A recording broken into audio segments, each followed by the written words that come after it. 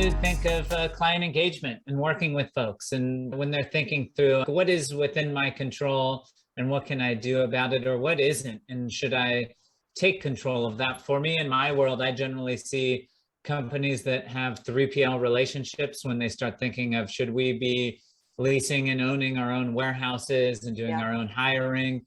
And can that help us control costs or control our processes or some of our investments? That's where I would see people, like, where that need for better control would intersect with my expertise in my daily work. So I'm curious where you'll jump in with clients to help them kind of take better control of their supply chain. What pieces of the puzzle are most commonly out of whack, or how can you help people resolve that? Yeah, take the pain points and identify them and come up with resolution. Absolutely. So one of the aspects is probably at least two things that come to mind. So one is what's oftentimes called SIOP, which is Sales Inventory Operations Planning. We've been working with several clients since the pandemic to help them implement a program like that, and I'll explain it. But it has absolutely helped them to have higher service levels and on-time delivery and shorter lead times during the pandemic than their competitors, as well as, most importantly, allows them to actually meet the sales orders and meet the revenue goals and scale the business up.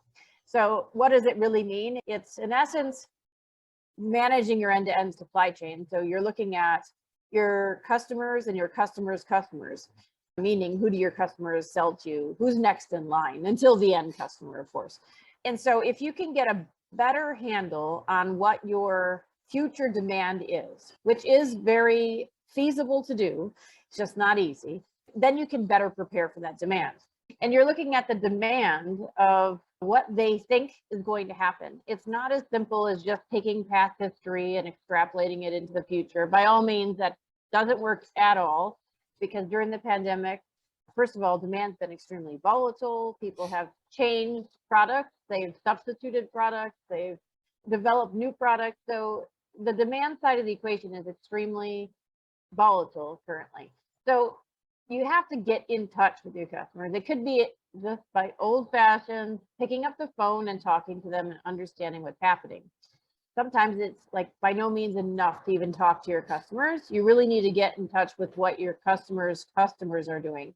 So that's a really important piece. And that's for, I would say, typical businesses like consumer products or food and beverage or something.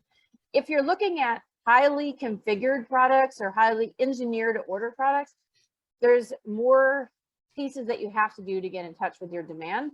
And that is, you're going to have to look at what are some of the common like subsystems you have if you're building a highly engineered product. So a highly engineered product could be like you're building a machine that's tailored to each manufacturing environment. A common example, a car is configured to order. So you may have a red car or green car or this kind of a seat or that kind of a seat.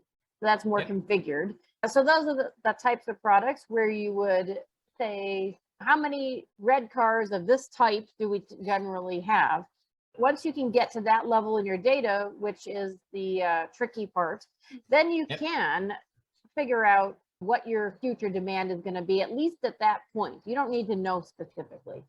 That's the F in SIOP, so the Sales Inventory Operations Planning process. And then you also have what you were describing, and that is your warehousing and storage locations and your 3PL.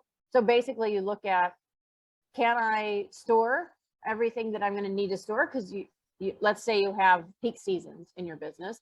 You have to, most likely you have to produce or purchase ahead of time, store it inside so that you have the product close to your customer for the peak seasons.